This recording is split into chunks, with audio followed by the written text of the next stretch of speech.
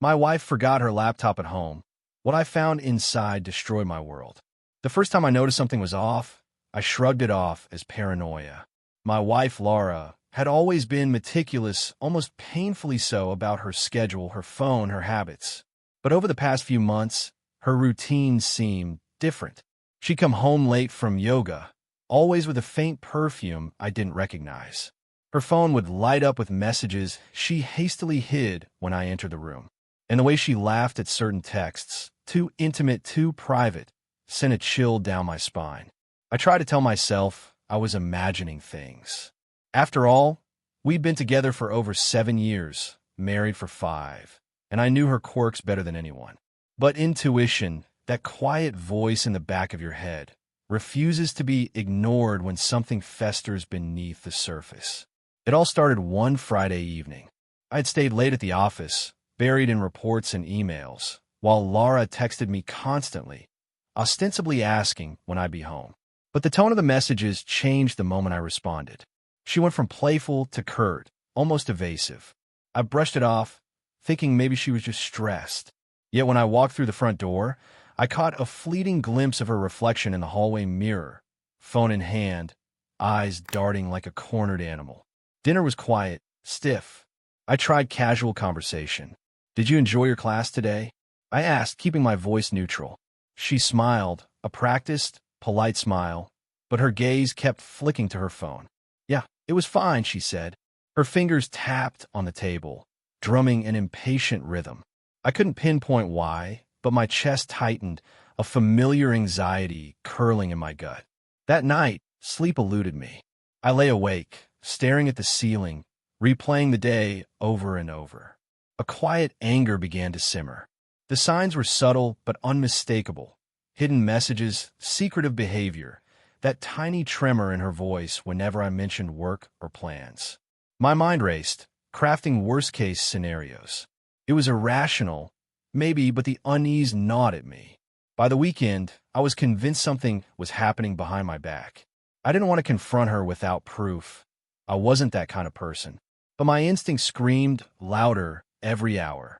I started paying attention to small details.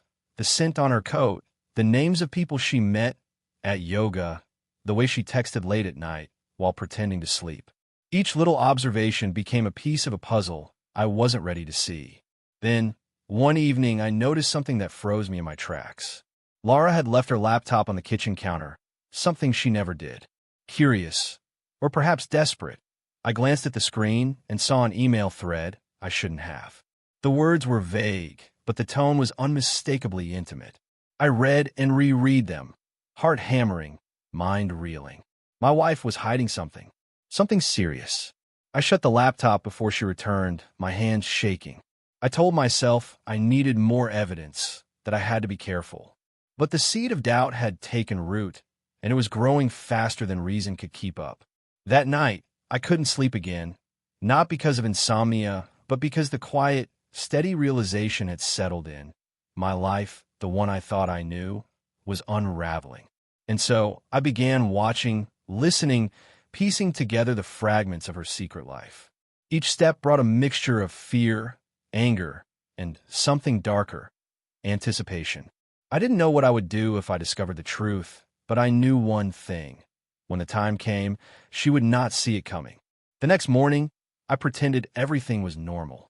I kissed Laura goodbye, smiling as if nothing was wrong, even though every nerve in my body screamed otherwise.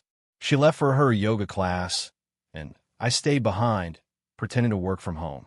My plan was simple: watch, observe, and gather proof without tipping her off. It didn't take long. By mid-morning, her phone buzzed. She was talking to someone whose name made my stomach churn. I debated whether I should confront her immediately, but restraint was necessary. I needed clarity, not chaos. So I followed my instincts in a quieter, colder way. I opened her calendar app, checking recent entries. There it was, repeated meetings she claimed were with her instructor, but the times and locations made no sense. Odd addresses, private cafes, parks far from our usual route, all coded in her cryptic shorthand. I began keeping a journal, noting every detail, every unexpected outing, every flirtatious message, every lie that slipped through. The more I wrote, the more her pattern emerged. But what truly shook me was realizing how meticulously she covered her tracks. She knew I was attentive, perhaps even suspicious, and yet she had perfected a second life. By Thursday, I decided to take a more direct approach. I downloaded a location tracking app on her phone, disguising it as a routine update. The anxiety that followed was suffocating. Every time her phone moved, every detour from her routine made my blood run cold. I was living in a constant state of silent panic, waiting for confirmation of the worst. That evening, she returned home later than usual. I didn't speak immediately. I sat in the living room, pretending to read, though my eyes never left her. She didn't notice my gaze as she slipped into the kitchen, phone hidden behind her back. "Dinner will be ready in a minute," she called, her voice light, almost too casual. I nodded, my voice tight. "Sure." But then my phone pinged. Her location update. She wasn't where she said she was. Not yoga, not any class. She was somewhere else entirely. My chest tightened, fury mingling with a strange sense of exhilaration. I had found her lie, and I would follow it. By 10 p.m., she returned, smiling as if nothing had happened. I pretended to yawn, hiding the storm brewing inside me. My mind raced with questions. Who was he? How long had it been going on? Did she even care about me anymore? Sleep that night was non-existent. Every time I closed my eyes, I saw them together. I imagined conversations, secret smiles, stolen touches. Each scenario fueled my anger. But beneath it all, I felt a cold determination forming. I would not let this betrayal destroy me silently. I would confront it. But first, I needed proof. Solid, undeniable proof. By Friday, my obsession had taken over. I followed her discreetly, observing from parked cars and shadowed streets. Every movement, every small interaction became a clue. She was careful, but not infallible. And then, around dusk, I saw him, tall, confident, exuding a presence that made my blood boil. And there she was, laughing at something he said, her hand brushing his in a way I had never allowed, never imagined. The sight hit me like a physical blow. I gripped the steering wheel, knuckles white. Rage, heartbreak, and a thirst for justice mingled inside me, forming a singular, burning focus. I would make them regret this. I didn't know yet how or when, but I knew one thing for certain. Once the truth came out, nothing would ever be the same. Saturday morning arrived, gray and heavy with the weight of my thoughts. I barely ate, barely slept, my mind entirely consumed by the image of Laura with him. I told myself I wasn't going to explode, that I would act like a rational, composed person, but inside, a storm raged. Every time I thought about confronting her, I imagined the denial, the excuses, the gaslighting. And a darker part of me whispered that denial wouldn't matter. She had chosen this path, and I would decide the consequences. By mid-morning, I made my move. I downloaded a miniature body camera app to my phone, one that would allow me to capture footage without being noticed. It felt almost insane, but the cold logic behind it calmed me. I had to see them together, in a private setting, unguarded. I had to have incontrovertible proof before taking any step. Hours later, I followed her again. She had a routine now, predictable, meticulous. I stayed hidden, parked a block away, eyes glued to her movements.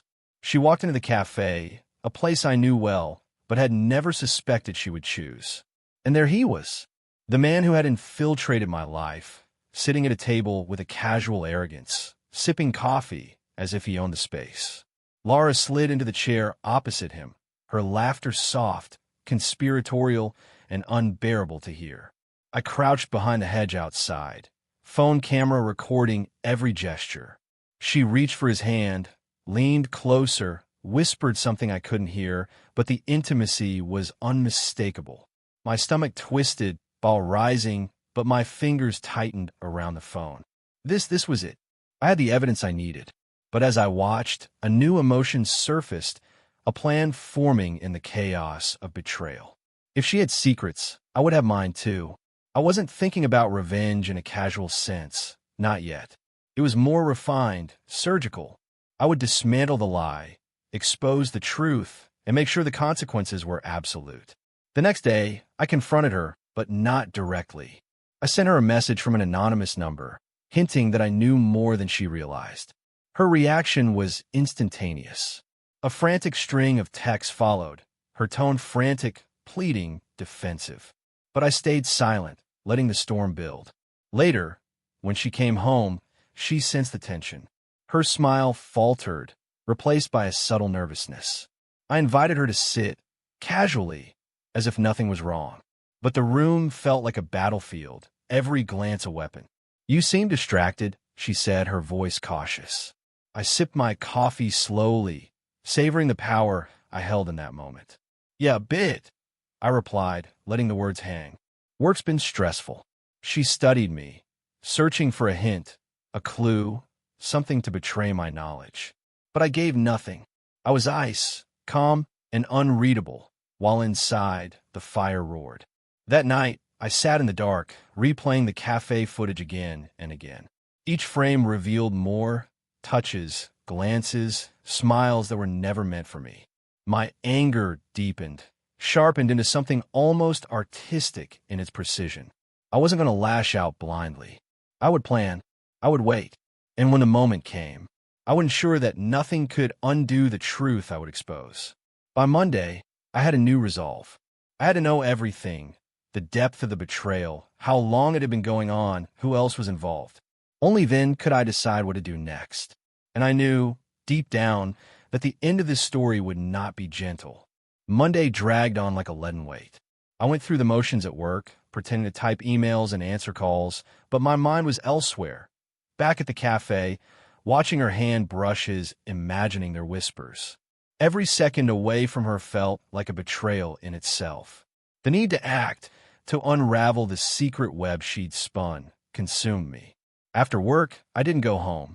I drove aimlessly, circling the streets near the cafes, parks, and small streets I knew she frequented. I replayed every interaction in my mind, every small hint I had ignored. And then a plan began to take shape, a plan that would allow me not just to catch her fully in the act, but to confront the situation in a way that would leave no room for denial. By nightfall, I returned home quietly. Laura was in the kitchen, humming softly as she prepared dinner, oblivious to the turmoil building inside me. My approach was careful. I couldn't let her sense my storm. I spoke softly, almost warmly, asking about her day. She responded with the practiced smile I had grown to recognize as a shield. Dinner passed without incident, though every bite tasted like ash. I noticed her glance toward her phone several times, each flicker of nervousness a confirmation that she suspected I knew more than I let on.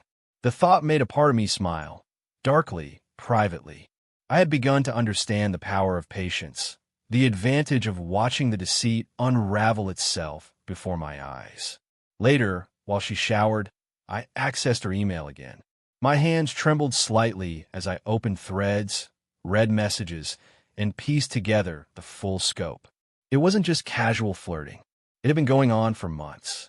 Locations, secret plans, late-night rendezvous. It was all there, meticulously documented in her own words. And as I read, a clarity emerged, cold and absolute. I would not confront her blindly.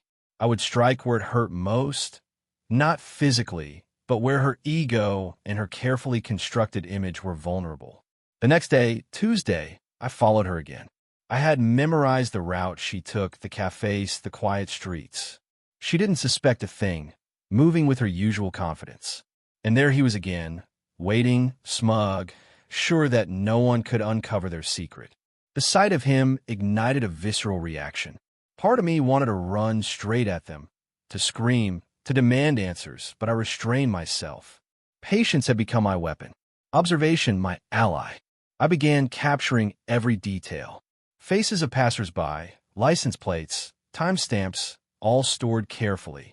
I wasn't just gathering proof. I was constructing a map of their betrayal, a blueprint for the confrontation that would leave no ambiguity. And as I watched, another thought settled like ice in my veins. Revenge didn't have to be dramatic or public. It could be subtle, devastating precise. That evening, when she returned, I acted normal. Too normal, almost. I asked about her day, made small talk, laughed at her jokes, all while the storm brewed beneath my calm exterior. She tried to read me, to detect my mood, but I was a mask. And beneath the mask, a plan grew sharper by the hour. By late night, I reviewed everything again. Emails, messages, location data, the footage from the cafe. Every proof point reinforced the betrayal. But with it came a strange exhilaration. I wasn't just a victim. I was a strategist now. I held the pieces, and the story of their deception would unfold exactly as I chose. Wednesday morning brought a bitter clarity. I couldn't live under the weight of deception any longer, not passively. Something had to give. But I wasn't ready to confront her yet. No, I needed her to reveal herself fully, to make the next move so that every lie, every secret would be laid bare in plain sight. At work, my focus was fractured. My colleagues spoke, but their words seemed distant, like echoes from another world. Every minute, my mind drifted back to the cafe, to the stolen glances, the whispered secrets, the betrayal woven into my life like a hidden thread. I had already spent weeks gathering evidence, and yet the thrill and the rage had only grown stronger. By afternoon, I began implementing a subtle test. I sent a casual text from a second number, one that hinted I knew something but not too much. It read, simply, "Some secrets can't stay hidden forever. Are you sure you're careful enough?" Her reply was almost instantaneous. Panic, guilt, a desperate attempt to explain herself, all crammed into a few hurried words. I let them sit unread for a while, letting the tension build. When I finally read them, I felt a quiet satisfaction. She knew, somewhere deep inside, that her world was beginning to crumble, that the careful image she maintained was under siege. That night, I prepared for a more direct observation. I knew where they planned to meet again. A small, dimly lit park on the outskirts of the city, secluded but not entirely hidden. I parked across the street, engine off, and watched as the shadows deepened. The air was tense, electric, the kind that makes every sound sharp and sudden. Then she arrived, moving with a confidence that I knew was false. And there he was, leaning against a tree, smug, smiling as if he had won something I hadn't even noticed. Laura approached, laughter soft, hand brushing his in that intimate way that had tormented me for weeks. My fingers tightened around the camera. Every frame mattered. Every gesture was ammunition for the confrontation I would orchestrate. As I observed, I realized something else. My emotions had become strange, almost alien. Rage mixed with exhilaration, heartbreak with a sense of power. I wasn't just the betrayed husband anymore. I was the watcher, the one who held the truth. And with truth came control, control I intended to use carefully, mercilessly. When she left, I followed at a distance, careful not to be noticed. The plan was taking shape, intricate and precise. I would confront her when she least expected it, armed not just with evidence, but with a narrative that would leave her reeling. It wasn't revenge in the impulsive sense. It was strategy, the kind that leaves marks you cannot erase. Back home, I reviewed the footage, replaying every movement, every glance, every fleeting touch. I annotated, timed, cross-referenced locations. My mind, usually rational and methodical, had shifted into something else entirely, a careful architect of justice or vengeance, depending on perspective. By midnight, I felt a cold satisfaction settle over me. I was ready, not for confrontation yet, not tomorrow, perhaps not even next week, but for the moment when the truth would finally have its stage. And when that moment came, she would understand, in every way possible, the consequences of her deception. Thursday arrived with a quiet tension that settled over the house like fog. Laura moved through the morning routine with mechanical precision. Coffee, shower, dressing, but I noticed every detail. The way her hands trembled slightly when she reached for the sugar, the small hesitation before she opened her laptop. It was subtle, almost imperceptible, but I had learned to read these signs like a map of her secrets. By mid-morning, I made a decision. I would escalate my observation, not recklessly, but with precision.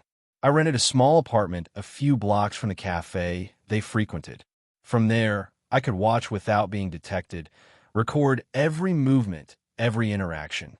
I felt this strange thrill of power. For the first time in weeks, I felt like I controlled the narrative. That evening, I positioned myself in the rented apartment, camera ready, notebook open, coffee steaming beside me. I watched as she arrived at the cafe, arriving precisely on time, hair perfectly styled, the faint perfume of another world trailing behind her. And there he was, waiting, posture relaxed, confidence radiating. The sight was almost unbearable, yet exhilarating. I recorded everything. Her laugh, the subtle lean toward him, the way her eyes sparkled at his words. Moments that had once been mine, now stolen, catalogued, frozen in evidence. My chest tightened, a mixture of rage and sorrow churning into a singular focus. This was not just betrayal. It was artistry, meticulously constructed to hide in plain sight. Hours passed. They left the cafe together, walking down the quiet streets. I followed, careful to maintain distance, capturing every step. The night air was crisp, carrying the scent of autumn leaves and distant rain. And in that moment, something shifted in me. The betrayal was no longer personal. It was a challenge, a puzzle demanding a solution.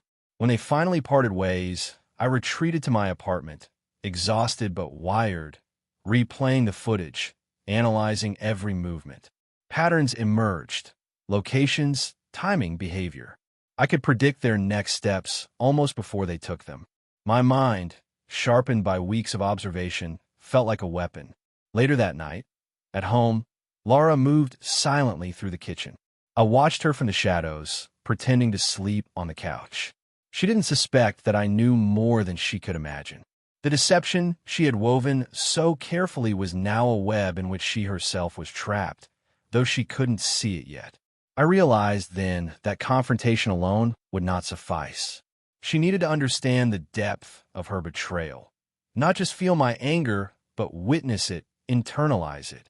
And I would deliver that revelation with precision, like a scalpel cutting through years of illusion. By Friday, my plan was nearly complete. I had gathered enough evidence, mapped every movement, understood every subtle cue. The stage was set for the ultimate confrontation, not just to expose the betrayal, but to reclaim control over a life that had been stolen by deceit. And deep in my chest, a strange satisfaction lingered. The storm of betrayal had given way to a storm of strategy, and I was ready to see it through, no matter the cost. Friday morning came with an almost unbearable tension. I could no longer pretend that everything was normal. Every glance from Laura felt like a test, every casual remark a trap. She moved through the house as if nothing was wrong, but I could see the faint tremor in her hands, the slight hesitation before she answered my questions. She knew, deep down, that something had shifted. I spent the morning preparing. Evidence compiled, locations tracked, camera footage reviewed. I organized everything meticulously: emails, text messages, timestamps, videos, photographs. Each piece was a nail in the coffin of her deception. And yet I didn't rush. I had learned patience. I had learned that timing could make the difference between mere confrontation and total exposure. By mid-afternoon, I knew she would meet him again. The park they favored, shadowed and secluded, would be their stage. I parked my car in a hidden spot, camera ready, eyes alert.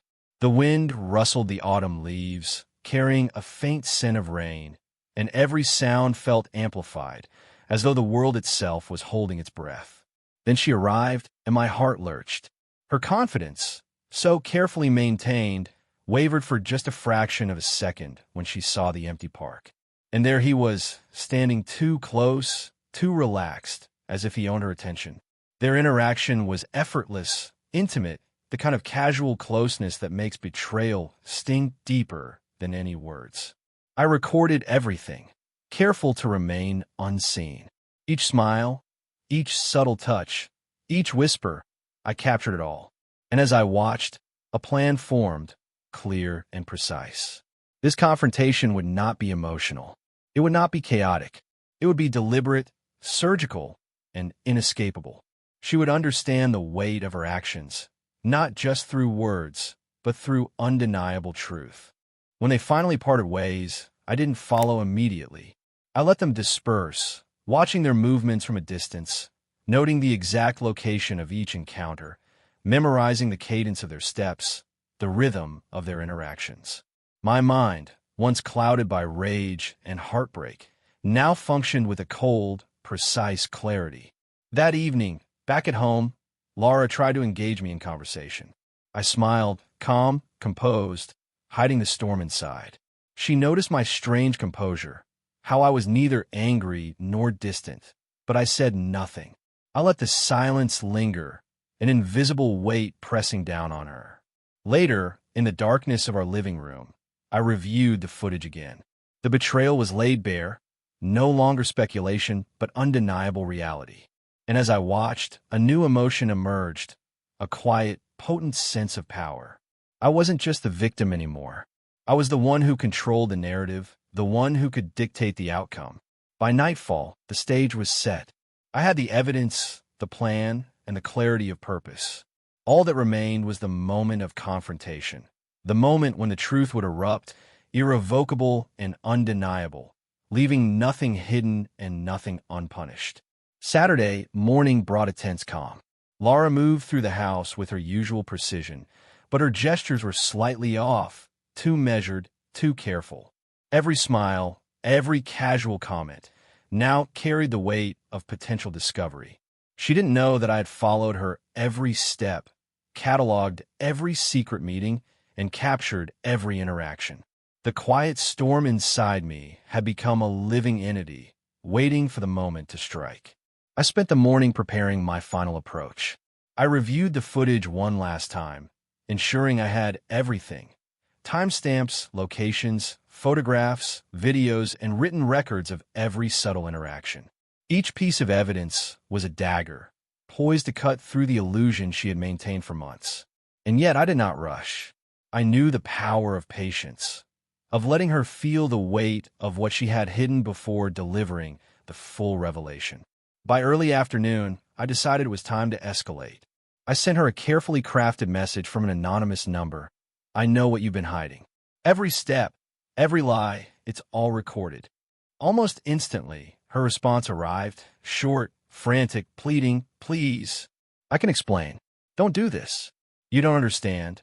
I read the message, letting it linger in my mind, a delicious tension building between truth and deception. Hours later, she left the house, heading toward their usual meeting place. I followed, careful not to be detected, the evidence in my hands and my mind sharpening with each passing moment. The park, dimly lit and shadowed by overhanging trees, became the stage once more. And there he was, casual, confident, unaware that the walls of secrecy were crumbling around them. I recorded everything. Every glance, every subtle touch, every secret smile. My lens captured all. Watching them, a wave of anger surged, but it was tempered by cold calculation. I wasn't here to act on impulse. I was here to ensure the confrontation would be precise, irreversible, and undeniable. When their meeting ended, I didn't follow immediately. I let them disperse, studying their paths, memorizing each detail. My mind had become an intricate map of their deception, and with it came a potent sense of control. I was no longer just the betrayed. I was the orchestrator, the one who would dictate the revelation of truth. By nightfall, I returned home. Laura moved silently through the kitchen, sensing the tension but not its full extent. I watched her from the shadows, pretending to read on the couch. She glanced toward me, searching for clues, but I gave nothing away. The storm inside me remained hidden, coiled, ready to strike when the moment was right. As I reviewed the footage once more, a strange satisfaction settled over me. I had the proof, the plan, and the patience. The confrontation would come soon, and when it did, every lie, every betrayal, every hidden moment would be laid bare. And she would finally understand the full weight of her choices, irreversible, undeniable, and absolute. Sunday dawned gray and silent. The city felt unusually quiet, as if it too sensed the tension that had taken over my life. Laura moved through the house with an almost mechanical precision, coffee in hand, laptop open, her every gesture sharp with the weight of unspoken guilt. She didn't know how close I was to the full picture or how carefully I had orchestrated the coming revelation. By late morning, I made my decision.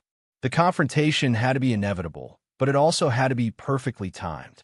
I needed her alone, yet unable to deflect, and I needed the proof laid out so clearly that denial was impossible. Every message, every secret location, every whispered conversation, it would all be present, undeniable, leaving no space for excuses. As she left the house for a meeting, I followed at a safe distance, camera in hand, noting each turn, each subtle hesitation. Her route was predictable now, a pattern that had emerged through weeks of observation. And I knew exactly where she was heading, a quiet, dim cafe, their usual rendezvous point. My pulse quickened, but I maintained a steady composure. This wasn't about rage. It was about precision, strategy, control. From a parked car a block away, I watched as she arrived. And there he was, smug, confident, unaware that the walls around him were about to collapse. She approached him, hand brushing his, laughter soft and conspiratorial. I recorded every second, heart pounding, knowing that soon, every lie would be shattered by undeniable truth. Hours passed. They parted, unaware of the silent observer. I followed, careful, meticulous, noting every detail, cross-referencing locations, recording evidence. Each movement they made was another piece in the puzzle I had painstakingly assembled. The depth of their deception was staggering, but so was the clarity it gave me. I was no longer merely the betrayed. I was the architect of the revelation, the one who held the ultimate power. That evening, back at home, I waited. Laura moved through the kitchen, occasionally glancing toward me, sensing tension but unable to pinpoint its source. I smiled faintly, calm, composed, hiding the storm that churned beneath the surface. She would soon understand that every secret, every lie, every hidden moment had been cataloged, preserved, and would be revealed with precision. As night fell, I reviewed the footage once more. Each interaction, each stolen glance, each intimate touch was documented. I felt a strange exhilaration, a mixture of sorrow, rage, and satisfaction. The betrayal had become a weapon, and I was ready to wield it. The confrontation was inevitable, and when it came, it would leave nothing hidden and nothing unresolved. The stage was set. Every lie would be exposed, every betrayal laid bare, and when the truth finally erupted, it would not be gentle. It would be absolute, irrevocable, and unforgettable. Monday arrived, oppressive and heavy, like the calm before a storm. I moved through the house with careful deliberation, pretending to focus on work, reading emails, and typing reports, while my mind replayed every detail of the weekend's observations. Every glance from Laura, every casual smile, felt loaded, as if she were testing the invisible boundary I had created around my knowledge. By mid-morning, I decided it was time to escalate my plan. The confrontation could no longer be delayed. I had amassed weeks of evidence, emails, texts, photographs, video footage, and now it was time to organize it, to transform it from a chaotic collection of proof into a surgical weapon of revelation. I spread everything out on the dining table, labeling each item, noting dates, times, and locations.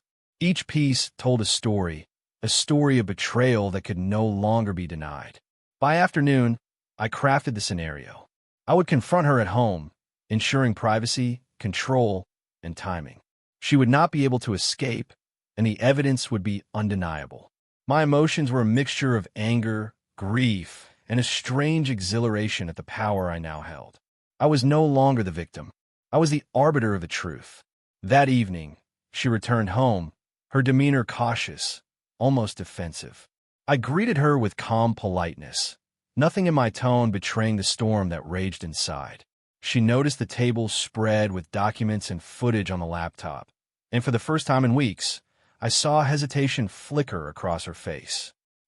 What is all this?" she asked, voice tight, a trace of panic beneath her usual composure. I smiled faintly, calm and measured. "Evidence," I said simply. "Everything I suspected, everything you try to hide, it's all here. I've tracked your movements, recorded your meetings, documented your messages. Do you want to explain? Or shall we just review it together?" Her face went pale. She opened her mouth, then closed it, swallowing hard. The confident, charming persona she carried with her everywhere dissolved in an instant, leaving only raw fear and guilt. She tried to speak, but the words faltered. I handed her the first document, letting her eyes skim the proof of her deception. Her hands trembled. She stammered, tried to explain, to justify, to deny, but I held up another piece of evidence, then another. Each new revelation left her weaker, more exposed. The power dynamic had shifted completely. I was in control, and she could no longer manipulate, charm, or evade the truth. As the night wore on, the confrontation continued. Her lies, once woven tightly, unraveled under the weight of evidence. Every whisper, every glance, every secret rendezvous laid bare. She finally fell silent, tears streaming, realizing that her carefully constructed life of deception had collapsed entirely. I sat back, exhausted but resolute. The betrayal had been exposed, the truth undeniable. And though I felt sorrow for what had been lost, a fierce sense of justice had taken its place. This was not just revenge. It was reclamation, a restoration of power and clarity, a demonstration that lies, no matter how meticulously crafted, cannot withstand the light of truth. Tuesday dawned with an eerie quiet. The house, once filled with subtle tension, now felt hollow. Laura moved slowly, carefully, haunted by the weight of what had been revealed the night before. Every gesture seemed tentative, every glance uncertain, as if she were navigating a world she no longer controlled. I watched her with a mixture of exhaustion and detached satisfaction. The storm of deception had passed. What remained was reckoning. I didn't speak immediately. Instead, I let her absorb the evidence, witness the consequences of her choices. The emails, the messages, the videos, they weren't just proof.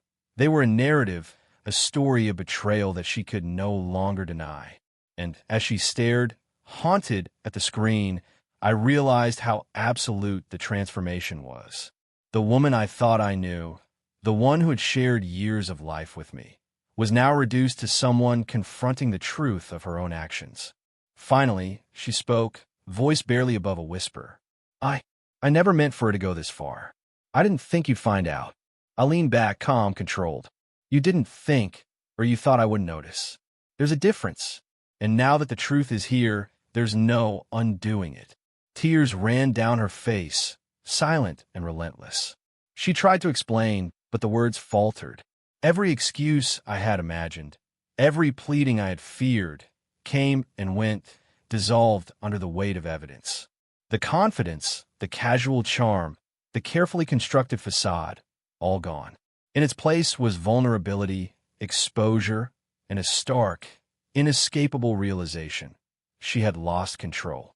By evening, I called her to sit with me, not for argument, not for negotiation, but to confront the reality together. The documents were spread across the table, a visual chronicle of her deception. I spoke clearly, deliberately, guiding her through every step, every lie, every secret. There was no shouting, no dramatic flourishes, just the stark, cold truth, undeniable and precise. As the hours passed, she fell silent more and more. Tears gave way to resignation, and resignation to an almost hollow acceptance. She realized that every choice, every secret, every betrayal had consequences, and the power she had once wielded, the control she had maintained, had shifted irrevocably. By nightfall, the confrontation had ended. I felt a strange mix of exhaustion, relief, and the faintest trace of sorrow. The betrayal had been exposed, the truth undeniable, and justice, in its quiet, controlled form, had been served. Laura sat quietly, unable to meet my gaze, a shadow of the woman I had once trusted. And in that silence, I understood the full weight of what had transpired. Not just the loss, but the reclamation of clarity, control, and dignity. Wednesday morning brought an almost unbearable quiet. The house felt empty in a new way, heavy with the aftermath of the confrontation. Laura moved through the rooms like a ghost, haunted by the evidence and her own conscience. Even the familiar sounds of her footsteps seemed foreign to me now. For the first time in weeks, I felt a sense of calm, though it was tinged with an ache that came from the realization of what had been lost. I spent the morning reviewing the footage one last time, not for proof, but to reconstruct the timeline in my mind. Each message, each secret meeting, each fleeting touch had led to this moment. The unraveling of deception, the exposure of betrayal. And as I traced it all, I felt a strange sense of satisfaction. The truth had been laid bare, and I had remained composed, in control, precise in the execution of my plan. By afternoon, I knew it was time to decide the next steps. The confrontation had stripped everything bare, but it had not yet resolved the future. Could we rebuild, or was this the end? I observed her quietly, noting her reactions, her hesitation, the weight of her guilt pressing down with every movement. She had changed, undeniably, and the trust we once shared had fractured irreparably. When she finally approached me, her voice tentative, I listened. She tried to explain, to apologize, to justify, but her words rang hollow against the unassailable evidence before her. I didn't interrupt, didn't argue. I let the silence speak for me. The truth had already spoken. No explanation could undo it. By evening, we sat in the living room, the remnants of dinner untouched on the table. I realized then that revenge, when executed with precision and patience, is not about spectacle. It is about reclaiming power, exposing truth, and asserting control over what was stolen. Laura had learned this the hard way. As night fell, I reflected on the weeks of observation, calculation, and preparation. The betrayal had been raw, painful, and devastating. Yet through it, I had discovered a resilience I hadn't known I possessed. I had remained patient, calculated, and in control, turning despair into clarity and anger into strategy. The story was far from over. There would be consequences, decisions, and choices to make. But for the first time, I felt the weight lift slightly, replaced by a sense of determination. I was no longer merely reacting. I was defining the outcome, shaping the narrative, and reclaiming the life that had been infiltrated by lies. Thursday brought an uneasy tension that neither of us could ignore. Laura moved cautiously through the house, each step deliberate, almost apologetic. I noticed the way her eyes lingered on me, searching for a trace of the anger she had expected, but finding only calm, precise control. She realized now that I held not just the evidence, but the authority to shape what would happen next. By midday, I decided to address the emotional aftermath. I didn't shout, I didn't accuse. Those theatrics had no place in my plan. Instead, I spoke calmly, outlining the impact of her actions. I described the weeks of suspicion, the meticulous observation, the slow accumulation of proof. My words were measured, deliberate, a mirror reflecting the depth of her betrayal. She listened, her posture shrinking with each revelation. She tried to apologize, to explain, to justify, but every excuse crumbled under the weight of the facts. I let her speak, letting the silence of the room amplify the truth. Each pause, each intake of breath, carried more meaning than any confrontation could. Later, I suggested a period of separation, not as punishment, but as a necessary step to understand the depth of what had occurred. She agreed, silently, understanding that the trust she had shattered could not be repaired overnight. The decision brought a strange sense of relief, a structure, a boundary, a chance to regain control over my own life.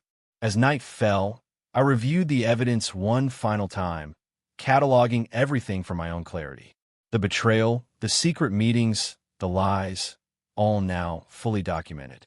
I felt a sense of closure, not in forgiveness, but in knowledge. I had seen the truth, held in my hands, and now I could move forward with clarity and purpose. By the end of the night, I realized something profound. Betrayal is not merely a wound inflicted by another. It is a test of one's own strength, patience, and resolve. And through this trial, I had discovered a resilience I hadn't known I possessed. I was no longer merely the betrayed. I was the one who had survived, strategized, and emerged with control intact. The storm of deception had passed, leaving a quiet aftermath. And in that silence, I began to see the path ahead, not defined by anger or revenge, but by the certainty of truth and the clarity of my own actions. Friday morning arrived with a fragile calm. The house felt quieter, emptier, as if the tension had drained the air itself. Laura moved with caution, almost reverence, as though every step might trigger another revelation. I observed her, not with malice, but with the sober awareness that the truth had reshaped our world. The facade she had maintained for months was gone, leaving only the raw reality of consequences. I spent the day reflecting on everything that had transpired, the months of subtle deception, the careful observation, the collection of evidence, and the final confrontation. Each moment had taught me something about patience, strategy, and the power of measured action. I realized that revenge, when executed thoughtfully, is not about spectacle. It's about reclaiming control and ensuring that truth prevails. By evening, Laura approached me tentatively. Her voice was low, restrained, tinged with an apology she could barely articulate. I listened, silent, letting her words fill the room without comment. She knew the damage was done, but the trust she had broken could not be restored simply with apologies. I nodded slowly, acknowledging her remorse without accepting it blindly. We sat together, the silence between us heavy but instructive. No dramatic accusations, no shouting, just the quiet understanding that actions have consequences. I felt a strange sense of closure beginning to form. I had faced betrayal, observed it, documented it, and confronted it. The power dynamic had shifted irrevocably. I was no longer powerless. I was clear-eyed, resolute, and in command of the narrative. Later that night, I reviewed the evidence one final time. Each email, each message, each clandestine meeting replayed with precision. The betrayal was complete, undeniable, but so was my clarity. I realized that survival in the face of deception requires more than anger. It demands patience, strategy, and self-possession. And in that moment, I felt a strange, almost serene sense of triumph. By the end of the night, the storm had fully passed. Laura had no defenses left, no excuses, no charm to mask her actions. The truth had been revealed, and I had emerged with control intact. The weeks of tension, observation, and careful planning had culminated in a reckoning both precise and inevitable. And as I closed the laptop and turned off the lights, I knew that the narrative of betrayal had ended, and a new chapter of clarity and self-possession was about to begin. Saturday morning arrived with an unusual stillness, the kind that follows a storm. The house was quiet, the tension of the past weeks dissolved into a fragile equilibrium. Laura moved through the rooms with a subdued awareness, every gesture weighed by the knowledge that nothing could undo the truth now fully exposed. I observed her silently, the years of trust and intimacy replaced by the sober reality of consequences. The final confrontation had transformed us both. She had faced the undeniable proof of her betrayal, the emails, the secret messages, the clandestine meetings, all laid bare. And I had remained composed, patient, and meticulous throughout, turning anguish into clarity and betrayal into a lesson in strategy and control. In the aftermath, I realized that power does not lie in anger or impulsive revenge. It lies in understanding, precision, and the courage to confront truth without faltering. By midday, we spoke, not as lovers, nor as enemies, but as two people forced to face reality. Her voice trembled, tinged with regret and recognition. I listened, silent, allowing her words to hang in the room like fragile glass. There was no anger in my responses, only measured clarity. She understood that the narrative had shifted irrevocably, and that control, once hers, had been reclaimed by me, not for spite, but for truth. As the day faded into evening, I reflected on the weeks of observation, planning, and confrontation. I had watched betrayal unfold, documented it meticulously, and confronted it with precision. The pain of deceit had been real, sharp, and cutting, but so too had been the strength I discovered within myself. I had learned patience, strategy, and the power of calculated action. I had emerged not merely as the betrayed, but as the architect of resolution. By nightfall, a sense of calm settled over the house. The storm had passed. Laura was subdued, changed, aware of the consequences of her choices. I felt a quiet satisfaction, not of malice or vindictiveness, but of clarity, control, and the restoration of balance. Life had been fractured by betrayal, but I had faced it head-on, unflinching, and emerged stronger, wiser, and resolute. In the stillness of that night, I understood the final lesson. Betrayal can wound, deceive, and disrupt, but it cannot define the one who confronts it with patience, precision, and unwavering clarity. I had reclaimed my narrative, my power, and my life. And as I turned off the lights and left the evidence locked away, I knew that the truth had been revealed, and it would resonate, quietly but undeniably, forever.